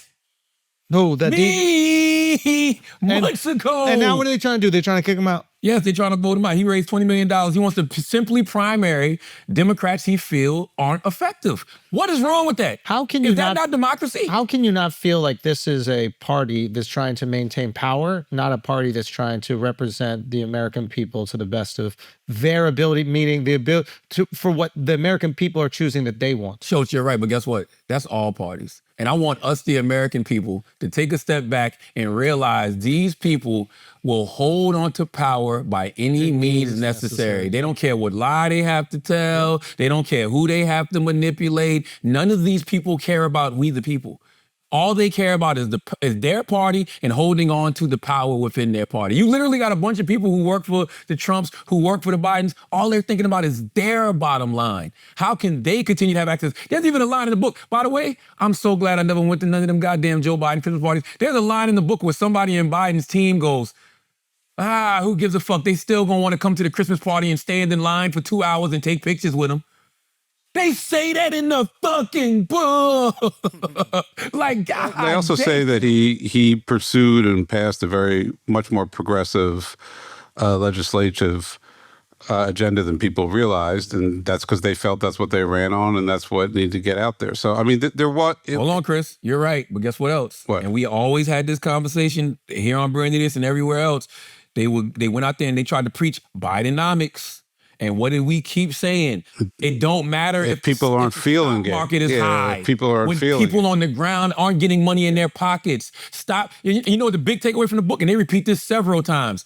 One of the guys, I think it might have been Seth Moulton or somebody, I forgot who it was, said, never again will we try to tell people that they don't see what they are seeing. Never again will we try to tell people that they don't feel what they are feeling. That goes with Biden being old. That goes with the motherfucking economy. That goes with how people felt at the fucking border. They bullshitted folks because they don't have their boots on the ground. Where they fucking fans at, Chris? They don't have their fucking fans. It is a shame that the Republican Party, who we see getting fat right now, I mean, they are living high off the hog, not giving a damn about what's happening with poor and disenfranchised people, but they were able to communicate to poor and disenfranchised people and make them feel and believe we are here for y'all. They're seen. Whoa. They make them feel seen. Whoa, man. So you're saying the answer is basically just bullshit people. Well, you bullshit no matter Chris, what else is politics? No. You bullshit no matter what. Both are bullshit. At least one is going to make you feel seen when they bullshit. This is what the Democrats are doing, but in reverse. The Democrats are going, and they're not saying this. I'm give you like a reverse example. They're going, global warming is fake to some Eskimo that doesn't have an igloo anymore. You know what I mean? Like, and the Eskimo's like, yo, what do you mean global warming? It's like, that's Bidenomics. Look how good the stock market is. Global warming is real, but yeah, sure. What I said is it's the reverse. You would look at that and you'd be like, this is absurd. But that's what they were doing with the economy. They're like, the economy is strong. And there's all these people out here hurting. Like, who the fuck are these guys telling that the economy is strong? You gotta look in the mirror, and you are forced to look in the mirror because you've lost the election. Yes. And there's a lot of finger pointing, but eventually those fingers need to point home, and they need to that's why I read the change. book. I didn't want to read the book, but you gotta look at it and see what's happening and address it. I'm giving Jake Tapper a lot of shit. Look, and there's a lot of criticisms of the book, to be fair. There's a lot of anonymous sourcing, which... It's not, though. I thought it was going to be way more than it is, the cabinet members are all anonymous, and you understand why. Yeah. Anonymous. I'm gonna be honest with you, man. I had a lot of criticism of this book just because I think it rings true. That's my gut reaction. Very rings true. It rings we know, true. Chris. We know it. We saw it. Right. Like all this book is doing is giving us details to what we saw. Now, is it a plant to deflect blame from the current leadership? That's a possibility. I can't put that past anybody. No, I don't believe that. But I think it's critical enough that it feels sacrificial lamb, bro. You need a patsy. Biden's the patsy. It was all Biden's fault. Everything is You know the best thing about this book? This book blames Trump for nothing. All Trump did was sit there and get the fucking rebound. Yeah, they were giving Trump layups. Joe Biden and that administration were giving Trump layups. Sure. Like, not even layups, dumps. I said it's self-inflicted. It was a 7-foot rim. They shot themselves. And Barron got the ball. Right. You know what I'm saying? It was a 7-foot rim and Barron had the motherfucking ball. Just yamming on people. Like this shit was, it's sad. Democrats are in this position because of them. And the one thing I would do with this book is read it. If I was Democrats, not be offended by it. Not try to deflect, not try to, they already out here, Jake Tapper, and there must be agents for Mac. Shut the fuck up. All of this stuff happened. Stop making excuses for the Democratic Party. Burn that shit down. Get rid of everybody you don't need to have there anymore and think about the future. Because it's going to happen whether you like it or not. Like it or not. And they got great pieces for the future. It's not like there's not pieces there. Whether it's the Whitmers, the Shapiros, the Westmore, I think the governors are great. I think they have some great Democratic governors. They're all cut from the same cloth as the people in this book, though. Well, let's see if they make the same decision. Bernie and AOC are the people that I look to. And you think Shapiro and Whitmore? Oh, yeah. They are. I don't think Shapiro is. I like them. I don't think Whitmer is either. I'm not saying I don't like them, but I'm saying... Oh, Shapiro kept it real with Biden in this book. And he comes off well, too. But like AOC, Bernie, they're the ones... I personally feel you have to go further left. You have to go more socialist. That would be my... But, we'll see. Did you find it interesting that they don't really mention the far left in this book? Yeah. Like, there's really no talk of, like, the progressive Why do you think? left. Well, they got co-opted. Why do you think they don't message it in the... It's not obvious, bro. Talk to me. I don't know. Because it's a propaganda piece for the people that run the party now. They're just throwing Biden under the bus. Well, they need to. I guess they need to go. Like they need to. Maybe the progressives weren't really around because remember, I think he said this on the air, but DNC doesn't really fuck with Bernie like that. They do not fuck with Bernie at all. There's probably no mention of it because he wasn't around. I will say the propaganda only works. The propaganda only works if you're willing to not fight for the party now. Meaning if you're, this propaganda piece only works if you're still out there saying, no. Let the status quo be okay. If you're out there saying, yo, this book is absolutely right. Biden, he's the reason we're in this position. Everybody around him was fucked up. They got to go. If you're saying that, then to me, you can be trusted. That's fair. Because you have to burn that shit down, Chris. Yep. Look, I drank the Kool-Aid. I know I drank the Kool-Aid. I was trying to talk myself into it. The stain of Biden, it happens. Literally, Biden's decision to run again ruined the Democratic Party. 100%. Yeah, it's hard. It's hard to argue against that. And the cover up after it ruined. I don't think it's a cover up, but I hear what you're saying, Chris. It definitely was a cover up. Chris, they covered it up till they couldn't cover it no more. Chris, they wouldn't have let him debate if it was a true cover up. No, I don't think they had a choice. They could have. They could have come up with some fucking. Biden thinks he was able to do it. How could they tell him no? So this is the narrative quickly in the book. How it's presented is Biden resented Obama because it was Biden's turn in 2016. Obama supported Hillary, so there's tension there. Then Biden has this very terrible thing happen: the death of his son. He never fully recovers, and from that moment on, he's in this mode of like, I have to make everything look like it's good. I have to keep this thing together because my life is spiraling out of control. So he goes into like preservation mode once he's president, and he believes he's always been counted out. He had the accident with his first wife and his daughter they killed. He was counted out. He wins. He's counted out. So he sees this as part of his trajectory. And to him, winning and beating Trump in 24 is like the final act in this great legacy. And nobody has the ability to kind of break through that veneer that he's created around himself, including Obama, who goes to him and says, do you think this is a good idea? And he's like, yeah, I can do it. And then Obama says, well, then you better fucking make sure you win.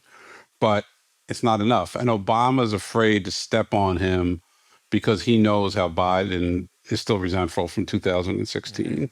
And then the other ones are just kind of taking his word on it. And like the only defense you can, we've all seen people age. It's not one day you're fine and the next day you fall off a cliff. It's gradual, and you have good days and then you have bad days. And then at some point, the bad days start to outweigh the good days. And the problem was, I mean, they talk about the State of the Union address where it's like, he was good in the State of the Union address. He was okay. Right, but that's what I'm saying. They point to that. But no, they point to, and I forgot who said it in the book, they were like, we had the bar so low for him. Yes. Anytime it was just, oh God, he didn't fuck up. He didn't pass out. The other thing they say that I think is very accurate is Biden got a gift by COVID happening during the first run because he didn't have to campaign. And if he had to really go out on the trail, we all would have been like, yes. We didn't even know if he had legs. Fuck this. This isn't working. We didn't even know if he had fucking legs in 2020. He was just in that box. Yeah. Telling me that if you don't vote for him, you're not black. You know what I'm saying? That's all I'm saying. All I'm simply saying is, I read that book. All I said to myself is, America just deserves better. That's it. That's all I'm saying. Like, and not just from Democrats, from Republicans. We deserve better from all of this. Sure. Because this is what I don't want Republicans to do. And I've been giving Republicans credit for this. Elon Musk speaking out against the big, beautiful bill. Candace Owens speaking out against Trump for various things, freedom of speech, whatever else. And I don't like to say Rogan because Rogan's not on the right, but Rogan, even though he supported Trump, speaking out when Trump does something wrong, not acting like they don't see what we currently see. Right. So what I would tell Republicans and MAGA and conservatives and everybody who voted for Trump, don't make the same mistake Democrats did. If you see have some guts. Have some see guts. something, say something. That's right. Have some fucking guts. If you see something, say something. All the Republicans that spoke out against, him receiving the plane for $400 million, the Nikki Haley's of the world, if you see something, say something. That right there will keep the American people like, well, at least they fucking trying to hold them accountable. So here's the thing. And Trump reacts to popular opinion. So if you sway popular opinion enough, he will go along with that popular opinion. Yeah.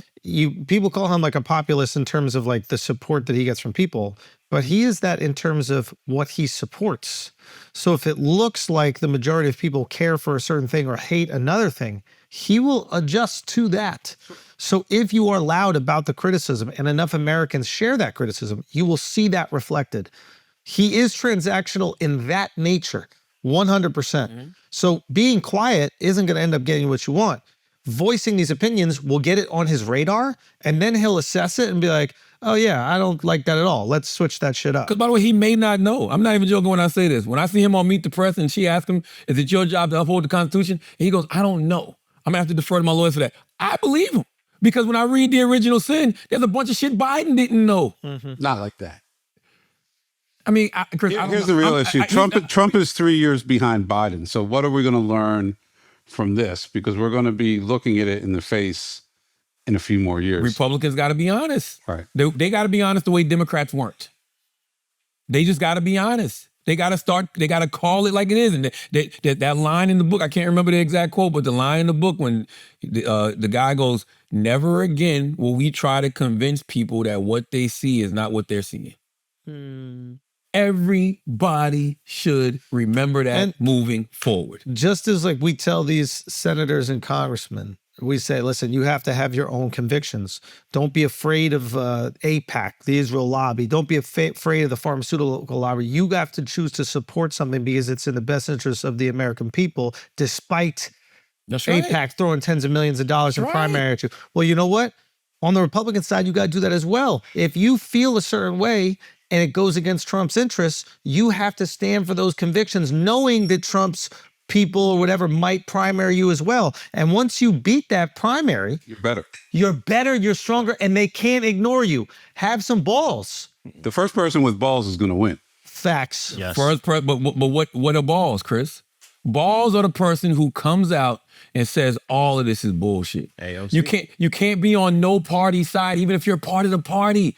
If you're a Republican, you can't be glazing Trump. If you're a Democrat, you can't glaze Biden in the last administration. You got to come out and call everything what it is. Balls and strikes, that's it. But nothing more, nothing less. If either party does something you believe in, you have to support it. I agree. You can't just write it off because it's the opposition. I agree. You have to support it. Like Bernie was on the pod and he was shitting on Trump about the pharmaceutical thing. He's like, oh, he doesn't really mean it. I'm like, what are you doing? Like, he's saying what you want. I agree. Support it and hold his feet to the fire. Talked about that with the RFK thing. Absolutely. This is literally just the other day. What is that? It's somebody, who was it? You want the food to be good.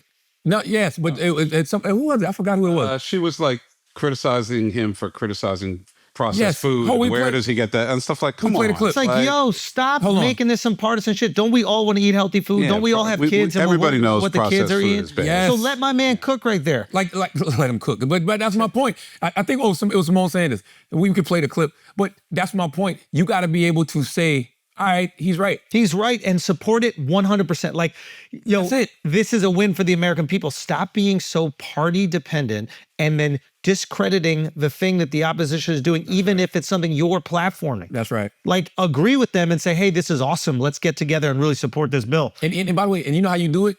You don't give Democrats credit or Republicans credit. You should, but you can. This is how I would word it. I love that bill. Right there is good for the American people. That bill is good for the American people. That's it. That right there is good for the American people. That right there is not good for the American people. I support that because it's for the American people. Boom. And guess what? I will continue that. All right, not only will I continue it, I'm going to expound on it. I'm going to see how we can make it even bigger. That's what the conversation should be. Instead of saying, oh, a Republican said that, that's wrong. Oh, a Democrat said that, that's wrong. Like, no. Call balls straight. Yo, you know what they say about us?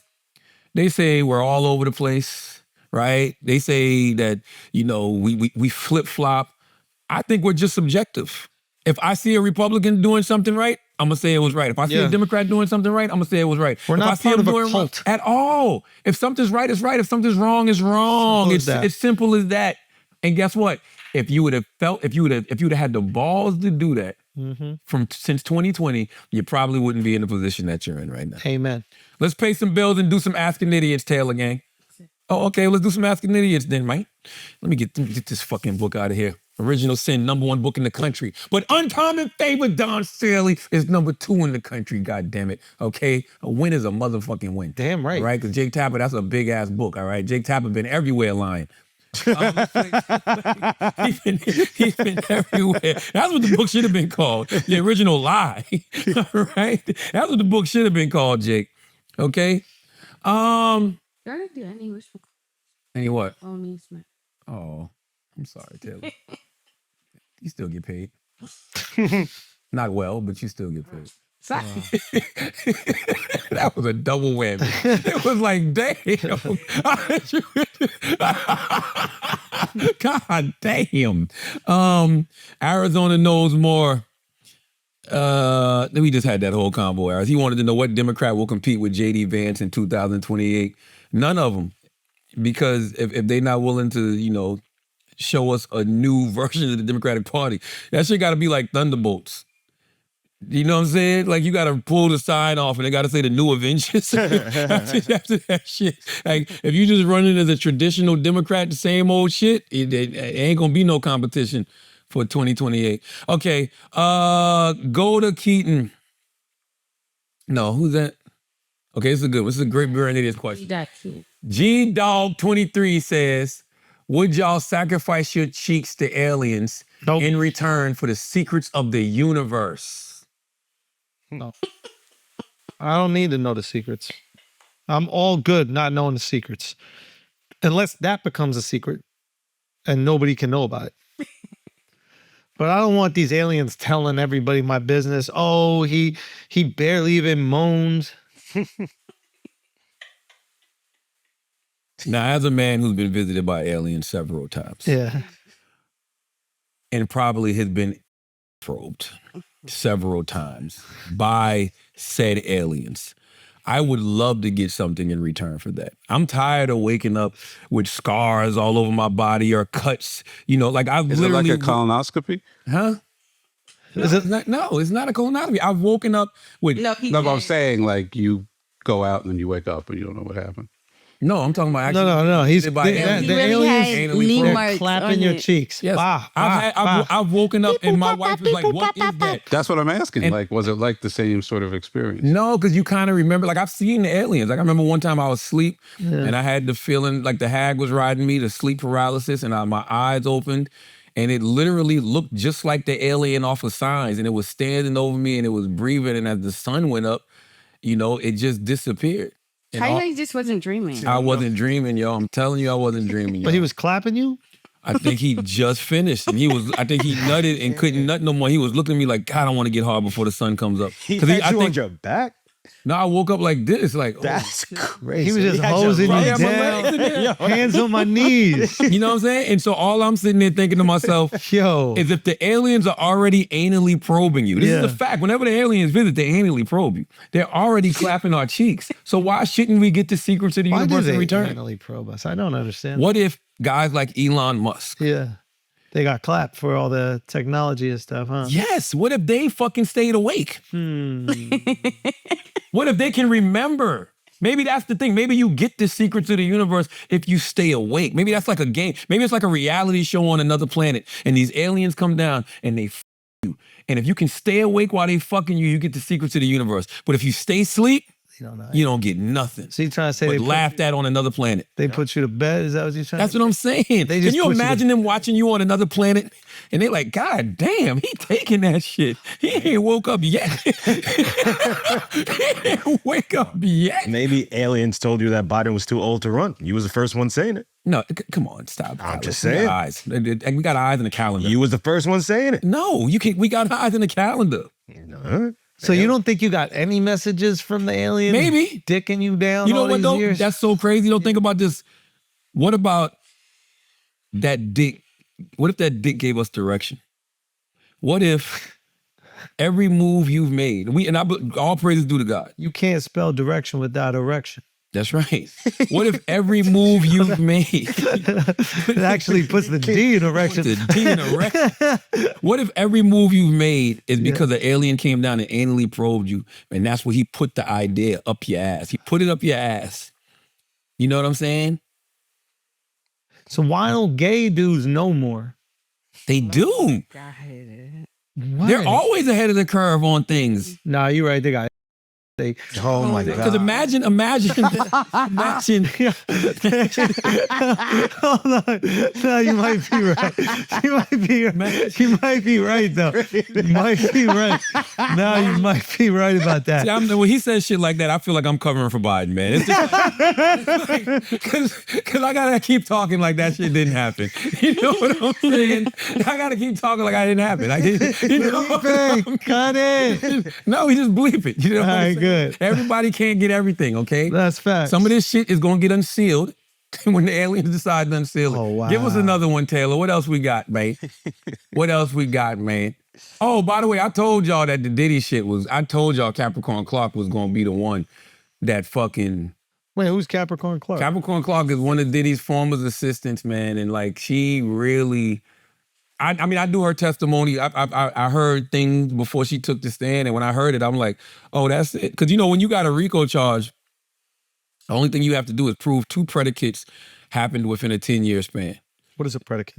Like a predicate felony, right? So Diddy had the arson, the kidnapping, the bribery, the coercion, the abuse, and the trafficking, I believe, fell all under the RICO. But I think he got another charge for trafficking too, like the interstate trafficking, flying in prostitutes.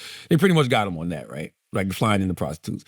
But Capricorn said that Diddy kidnapped her at gunpoint, right? So that's the kidnapping. And then that kind of ties in with the arson with the Kid Cudi, because he came to her house allegedly and was like, come with me right now, I'm going to kill this motherfucker. Talking about Cudi. And she was like, no, I'm not going. And Diddy get in the fucking car, waving the gun.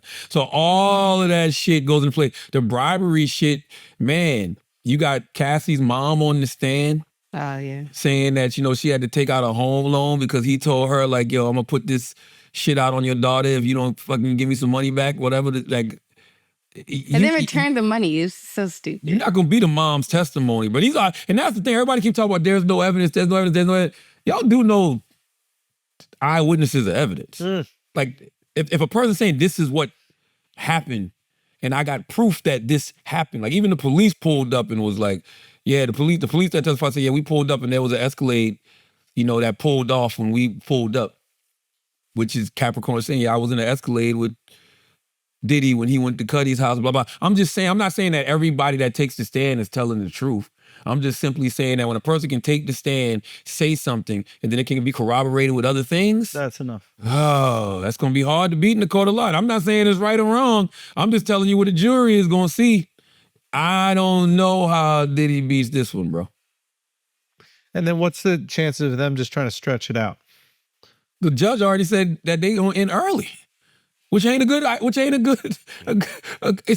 That's not boding well either for Diddy's case. If they say they're gonna close early, he said they might end the week early. I don't know, man. You don't think all his supporters outside the court with the free Diddy shirts is gonna sway They public say they're opinion? getting paid, and what do they matter? Yeah. They're not on the jury. That's who you should have been paying. They paid a fucking jury. That's who you should have been paying. Yeah. But hopefully. I ain't gonna say hopefully, but maybe he got when they said it's not a federal case though. Is it a federal? It is a federal case. Oh, maybe he got a couple dollars for a pardon. I don't know. Oh, wow. I don't know. No. Maybe he got a couple dollars for a pardon. Make it happen. Yo, that's crazy. What? That could happen. But I don't think it matters if he gets pardoned or not. It don't. You got Gonna cummed be- on and we know it. Bro. You allegedly, the Punisher said you was eating Pac-Man pellets. Eating it? I don't He was believe that, licking. He said he was licking. He said They Diddy come was off a cleanup man. Yeah. Said Diddy would want to see the person getting nutted on. Then he was like, yo, let me clean it up. No. And then he would eat. Y'all didn't read that? No. That's what the Punisher said. Why would you read that with a baby in your stomach, yo? I didn't. First of all, no, I did not read that. I heard it from Lauren LaRosa on the latest because I am the producer of her podcast. So yes, that's where I heard it. You see what I mean now from earlier? What happened earlier? It's just a lot. So what are you reading that's positive? When my reading is positive, If you worry that hearing and absorbing negative stuff is going to impact your I baby, what read are you? positive affirmations every day. Okay. You're from Philly. What the hell is that supposed to mean? Little PJ. Okay. Brandon Grew says, have you noticed the younger generations now are almost against drinking and smoking? Yeah, because they doing fucking pills and cocaine. Yeah, there's better shit. Yeah, that's right. They doing edibles and shit. Way better shit. They doing harder drugs than that. Like y'all, we don't even know the type of shit. They doing whippets and you know what I mean? Like they popping prescription pills. Like that's not a flex when they tell me they're against drinking and smoking. Yeah, because they doing other shit. Man, I pulled up to the gas station this morning, bro. And I don't know why I did this. I'm driving and I stopped at the gas station and I shouldn't have. And it's early in the morning, you're not thinking nothing. I saw somebody, I saw a dude wiping his windows and shit. And as I'm walking in, as soon as I open the door, all I hear is, yo, that's Charlamagne. I'm like, oh my fucking God. So I buy my fucking mints and I'm walking out. It's just 3 people standing there. and one of them goes, yo, Charlamagne, yo, come take a pic with me. I just got home, yo. I'm like, oh my God, why? Why is this happening right now? And they wasn't YNs, but they was dressed like YNs, which is worse. Yeah. Okay. That when you're not a YN, but you kind of dressed like a YN, it's a So little wouldn't they bit be a YN worse. then? No. But dude, like, but I'm just sitting there, like, you know what, man? What's up, y'all? How y'all brothers doing? Y'all good? Whatever. Black, Spanish people. And dude said it. I said, "What's your name?" He told me his name. I said, "That's what's up, man." He said, "I just came home." I said, "Where you was at?" "The Feds." I said, "How long you did?" 5 years. He's like, "Breakfast Club got me through." I'm like, "That's what's up, man. I appreciate that." I took the picture, and I bet you if you saw a video of me outside that store, I was speed walking like a motherfucker. Cause I didn't park in front of the store. I parked in a fucking parking space. You know how to get, you pull up to the gas station and then there's a parking space over here. I don't know what made me go park in the parking space. I should have just pulled up right in front of the store, but I parked in the goddamn parking space. Wait, so you didn't even get gas? You just need a mix? I didn't need gas. I just needed something. I'm like, I never fucking stop. And I said to myself, if I get got right now, I deserved it. Cause why didn't you just wait? Wait for what? It was 5:37. But So what happened? So what happened? Nothing. It was all love. It was all love. It Good. was all love. Well, sure. I have mints in my studio, so I don't know why I stopped. You know what? Maybe because I remember the guy's name. I do. I remember his name. His names was initials, and I don't want to say his name because I don't. Yeah. I don't know what he's into or whatever, but salute to that brother. But it just was like, I was terrified. That's what the moral of the story was. The moral of the story was I was terrified, and that question made me think about it. Have you noticed the younger generation now again drinking this morning? Because it was 5 a.m. Well, let me tell you something. Where was you? I know where I was going. If you plan on doing anything to Charlamagne, just say that you're an alien from another galaxy, and he will let you buff him. You don't gotta rob him. You don't gotta kill him. You don't gotta do nothing. Just say you're an alien, and you will be inside of him. By the way, this is just my PTSD, by the way. This ain't got nothing to do with nothing except for my PTSD. I am a man that has been attacked out here in these streets a couple of times. That's true. Okay, and I just did not know what time they was on. Friend or foe, yo, state your biz. Okay? And the friends act like foes sometimes. Yeah. They line you up like that. Let's take a picture. Oh, they both was on the side of me. I'm like, okay, this could go one or two ways. Oh, no. You know what I'm saying? Because when the person pulls the camera out, you don't know if that person has already got the video going. So it looked like they about to take a pic. Oh, you got to take your own pics. How old? 3 of them. I always take my own. I always How take old selfies. did they look?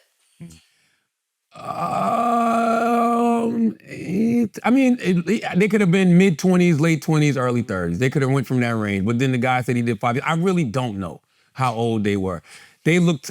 I'm just the unk trying to get some mitts. That's what I was trying to explain. I'm just the unk going in the store to get some mitts. They looked like nephews to me. You know what I'm saying? When you said, and by the way, if y'all, whatever y'all on, y'all can be on. Just let Unk get this car. You know what I'm saying? Did you In say? fact, if y'all need your gas paid, folks, what y'all need, man? Did you say anything to neutralize it? Were you trying to be I like? just said I'm the same person I am. What's up, man? How y'all doing, man? Y'all brothers good? You know what I mean? What up? I'm not gonna shit on them. You know what I mean? No. They say what's up. No, the opposite. Not- Were you trying to be like nice so nothing bad would happen? I'm always nice. Yeah. That don't mean nothing bad still can't happen. yeah. You know, it's not like he's a nice guy. Let's let You him ain't live. try to bribe him? Be like, yo, y'all need anything or something like that? Nah, I said, hey, how y'all brothers doing? Y'all good? I had a conversation. What's your name, man? Remember this? I do remember his name. I remember your name. Yeah. You did 5 years in the feds. That's what's up, man. Salute to you, man. Blessings to you, man.